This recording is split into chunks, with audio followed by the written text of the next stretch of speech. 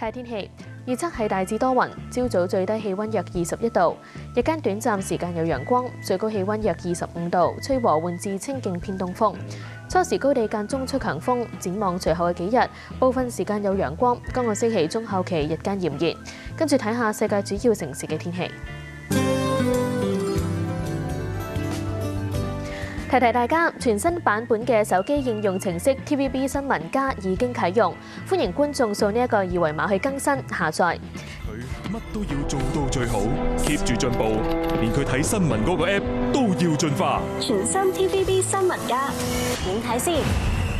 界面更加清晰，有 TVB 新聞，仲加入豐富嘅生活同娛樂資訊，衣食住行、健康貼士，通通有齊。咦？因乜事多咗個 QR code 嘅？你哋一 scan 就可以連結 TVB 新聞加，睇埋相關新聞延伸資訊，知多啲。